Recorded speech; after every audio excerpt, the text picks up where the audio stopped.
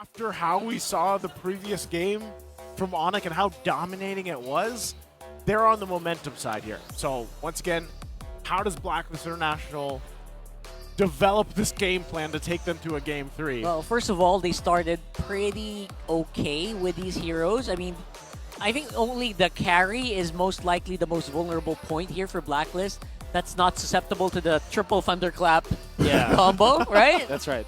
So I guess they drafted pretty solid, Yeah. but at the same time, it will take some time to ramp up. Yep. I do agree. I do agree with that. I think there's a lot of troubleshooting that Blacklist International were able to do. Carry makes a lot of sense. Lapu-Lapu eventually makes a lot of sense. The only thing that I am afraid of is that they're choosing heroes that are generally weak in the metagame. It makes sense in the draft, but it's generally the weaker heroes. Like A tier. Like A tier, right? right. And If you had a tier list, yeah. like our dear friend, Womi. Yeah, like there are different Omi.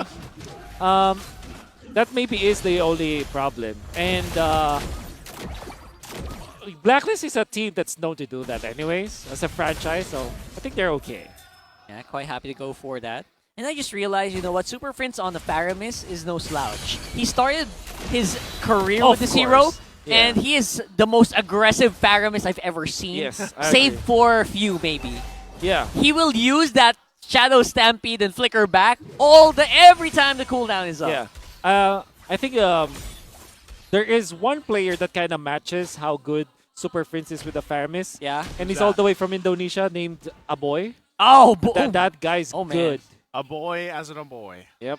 Yeah, he is. And that's the thing, though, is I feel like that's one of the biggest things that sets apart certain players that pick up the Faramis, you know, is how they play to that aggression, but at the same time, they don't overextend. That's one of the hard things about it, especially when you pick up, you know, when you have this flicker available to you. Right. Because we've seen actually a couple different play styles of a Faramis where some even just, they're more on, you know, with Super Prince running Quantum Charge here, he's looking for that type of play style where we see some take more of that support role. They just there for the Nether Realm. They try to get a little poke off, but that's it. So There's nothing wrong with that, Yeah, right? there's Just nothing- yeah, staying there's not. alive so that the Nether Realm is available. But it's a special kind of play style. Anyway, just thought we bring that up there. As we do see Edward already being gobbled up very early on by King Kong. And that will leave Super Prince to take that turtle. And now, it's going to be a question of how long can they Oh, outsustain there it the is. Nether Realm. Here we're seeing that flicker forward on the Edward. Shadow Stampede. We're seeing. Oh no! oh, And we are. oh, Oh! Oh! we're gonna take a minute here. Let's take a minute. Running Man challenge in favor of ONIC. It's a spectator thing, so we're back. We're Oh, back, we're boys! So All what right. was it? Yeah, the 3-2. Didn't mess with the game at all. That's good. All right, so now, for some reason, ONIC feels more confident to go forward, which means they pretty much got a huge amount of momentum. Now it's Escalera using up all them thunderclaps. With Haji, of course, close by, able to heal, but no healing available if you are gobbled up. And there you go, the Nether Realm being used by Super Friends here, but still being very hard for King Kong to survive. A lot of AoE damage from Blacklist is available, man. I gotta tell you. Here we go again. Oh no! It's uncanny, but it's Blacklist who seem to have enough damage to give ONIC a hard time and make him second guess whether to engage or not. Okay, we're jumping back in. Ladies and gentlemen, catching up one more time. It looked like there was a kill on the board. I think both teams just start to stabilize here, with Kellera obviously having more freedom to do whatever he wants because of how far ahead they think they are. Okay, But well, it looks like Blacklist is just keeping up. they are, and that's good. Economy-wise, though, what has happened here in those couple minutes? So, it's more about like Blacklist International taking advantage of the trade-offs that we're seeing. Like when they saw that ONIC was focusing too much on the turtle, what they did was to push up top and allow OHEB to get so much farm, and now they're funneling things onto OHEB. So that was the troubleshooting that Blacklist International did. I think with that, too, like, the fact that they were able to alleviate some of the stuff that happened early on for ONIC's favor, that's good for Blacklist International. Now, from that point, it's really like, how do we keep OHEB to be able to farm up, not die, get the positioning that he needs, and they have all the tools that they need, especially with the Minotaur on their side. Yeah. You can already see an ONIC making their way down bottom once again. But here's the response. Everybody making their way down to that bottom side. Escalera, though, going to hold his own up here. That top side, look at that, though. Oh, this is looking really, really sketchy here for ONIC. They don't have the Masha available here to take the fights. And Blacklist had they had vision, right? They knew that the Masha was on top defending. Yeah. Gotta be real good. That's why they're right now. Oh, Yue! Oh my god, that was the scariest Black Shoes right now. But of course, Gem will spot him out and activate that penalty zone, which will get ONIC a lot of these damage hits. But look at that. Blacklist has some damage of their own. They're shredding hard. Sensui up on front. And Oheb just having quite enough to do something about it. But in the end, Kelra still a lot healthier compared to the gold laner of Blacklist. And now they will have control of this turtle. Oh man, that's what really sets apart Kelra from other gold laners. He is very aggressive but also calculated. Waits for his perfect timing. Sensui! Well, No way! that's the Retry God! The Retry God, he strikes again. Even How many times has he done this? I know someone's counting, right? Someone's counting. Someone's counting this. If I remember right, he set like his own personal record already back in week 2. Yeah, exactly. Like somewhere along the lines of the entire league, if the entire league has 11, he's got 6. Yeah. He's got 50% more, or more than 50% of the Retry steals across the league on his own. So that's like his 7th or 8th? Probably. Probably, right? So, oh, come on. That's why they call him the Retry God. Yep. Instincts from Sensui. I mean, Sensui instincts. these are things that he's not supposed to do, but he does anyway. So, Yeah. But so far, I would say ONIC still have a bit of an upper hand in terms of like engaging, and not to mention, they also have the Nether Realm. That's something that I think Blacklist has to kind of tiptoe around if they want to be able to get a win out. But yeah, 1.4K for Blacklist is no joke as well. Yep. And they're taking advantage of it. They're pressing the tempo down the bottom lane. That's going to be very comfortable spot for Edward. And then Oheb is just getting bodyguarded by both you and Haji. The perfect way to go. And at this point now, as they get set up for that first Lord of the game, they're still trying to make plays around the map, put some pressure, but they're bunched up. Look at this. Yeah, bunched up right now and in a very tight corridor. That's exactly where Sensui wants the fight to happen. Same as Haji, who is ready with the Minoan Fury, just making sure that he is forcing people off of the soft targets of Blacklist. And now it's a 4v5. What's this going to look like for ONIC? Gotta be... They have to really just wait for their timing at this point. For ONIC, the damage just isn't there right now. Yep. Yeah, surprisingly, Kelra's damage not hitting as hard as I thought it would. Yeah, I think, okay, so the reason why they're feeling this way is that Gem was kind of shut down in a way that he wasn't able to farm, and he's so squishy compared to the damage output of Blacklist International. And that's surprising because it's Terizla. Yep, there's the... But then, that is one of the problems when they picked her is that after the carry was picked up. Carry deals true damage, which doesn't really care about the body of Smith. And so far, Blacklist's idea of just funneling everything and protecting Oheb at all costs, it's like a protect the king kind of mentality now for Blacklist International. Man, Seems to be. there's a lot happening here too. Even with just having the pressure from Escalera on this Masha. Edward already used that Bravest Fighter earlier. So they got a couple of resources down. It looks like they might want to go ahead and actually commit to this Lord, but they're still filling it out here.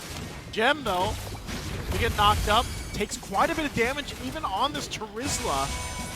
The sustainability, though, from Blacklist International. Oh, it's interesting positioning here for Escalera. It's going to be the gobble, gobble, gobble.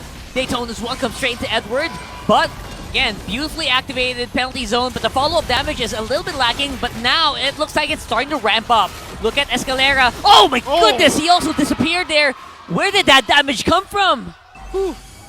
Definitely Oheb, and the fact of the matter is they have forced the Faramis ultimate way too early.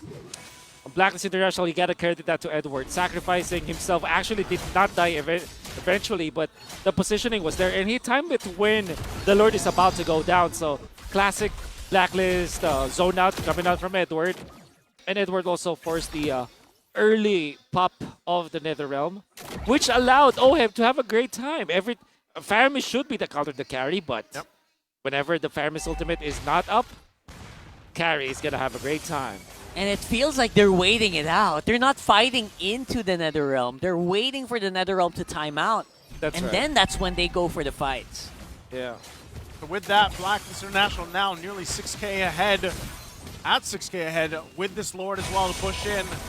They're going to work through it, forcing themselves in. Edward's beautiful dive as well, usually answered by Daytona's welcome, but this time around there is happening behind the base. They take out the turret, but Kelra has enough damage to push back the remaining members. Escalera going straight for OHEB, and that's a big chunk of damage removed from Blacklist International.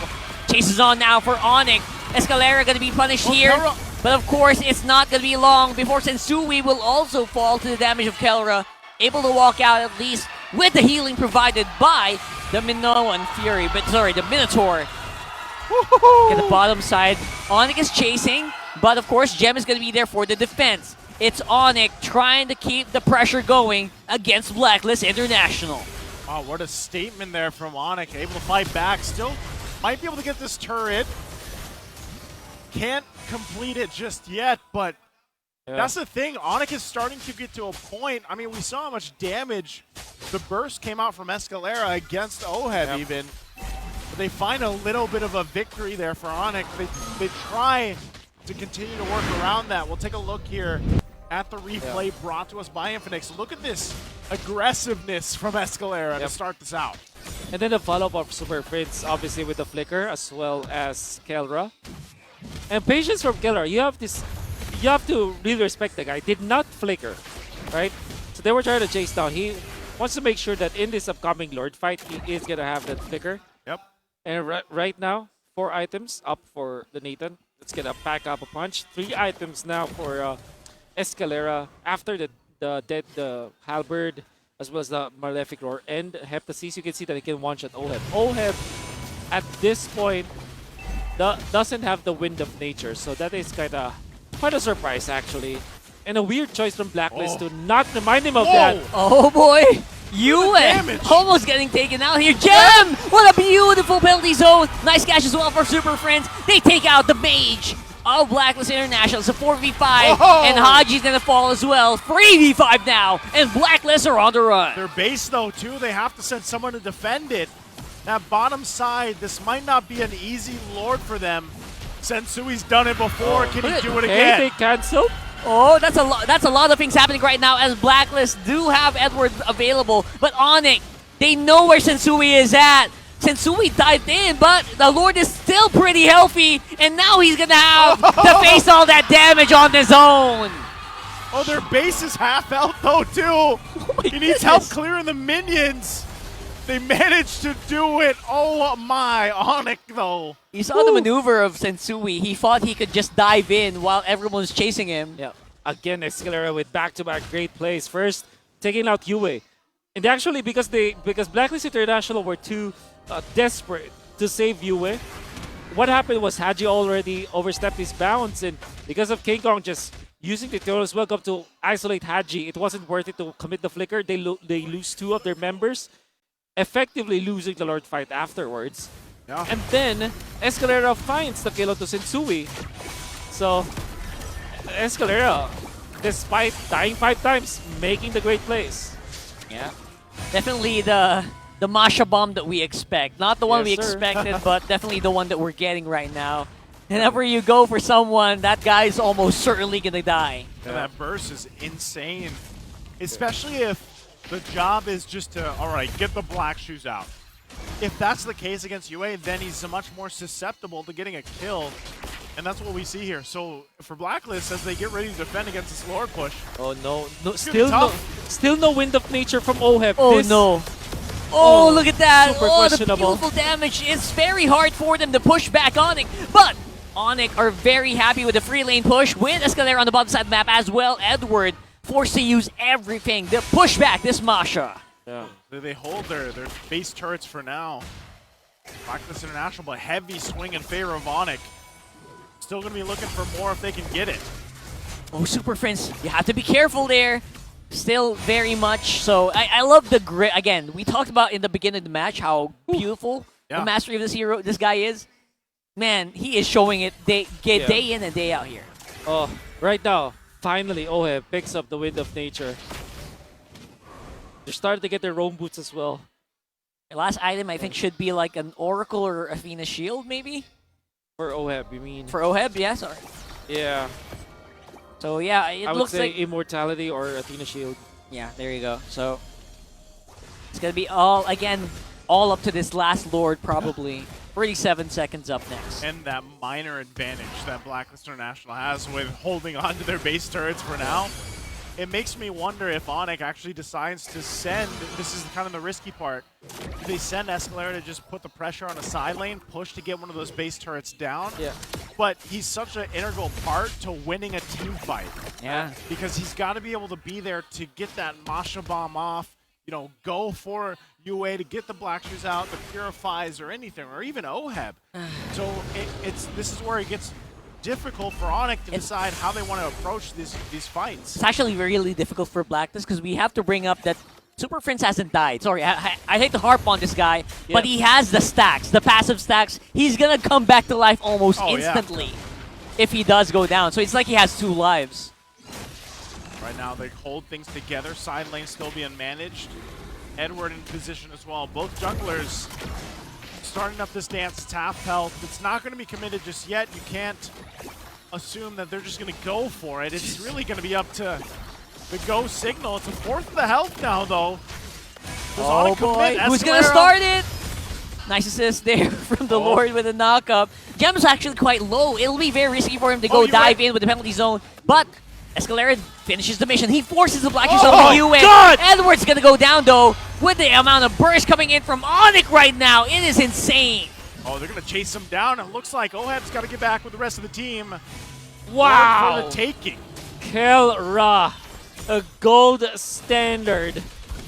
Great positioning, and this time, he actually went in with Escalera. Escalera was more of a diversion, actually, to force Edward to go on to the Masha instead of the Nathan. Kelra didn't even have to pop his flicker. It was a trap. It was a trap all along. Okay, right now ONIC playing around this. They go ahead and clear these lanes out. As the Lord goes down a bottom, you can see as well Escalera doing the job, leading in that top side lane. Yeah. UA and Edward will be up for this fight, so their Blacklist will be full force. And you can see King Kong even picking up a Winter Trancha here to deal with this. ONIC finally opening the base of Blacklist as well. See, Blacklist International, is their defense strong enough to deal with ONIC? Going to be pushing in here, looking for these last 2 base turrets. Kelra's damage is insane. He struggled a little bit in the early game in damage department, but he's done an impeccable job staying alive. Positioning. Twilight armor picked up by UA. Oh, that's how paranoid they are. I understand why, though. It makes a lot of sense. The mage of the Twilight armor is going to be very messy here. We don't know where it's going to start, but Sensui, oh my goodness, he's going to go down first. And that's going to be Immortality popped. Who's going to fight first? Haji! 4-man Minoan Fury, not going to be enough actually. It's now ONIC who are reaping each and every single member of Blacklist right now. And that's going to be at least 1 man down for each of these squads. It's Escalera down and Haji down as well. And don't forget to grab your TikTok goodie bag in TikTok before the game ends. And it's going to be very close here, for sure. Super Friends debating here. But we're going to look. We got to look who makes the first move. And Kelra dodges out of that. And he survives the movement of Kelra. Disastrous here for Blacklist. And now it is going to be up to ONIC to finish this game with a beautiful burst coming in from a gold standard. And ONIC Philippines sweeps Blacklist International. A showing here once again from the Sonics. This goes to show, man, it is just a tremendous Tremendous statement here from ONIC that they can do stuff like this, even to a high caliber team like Blacklist. Man, they are on.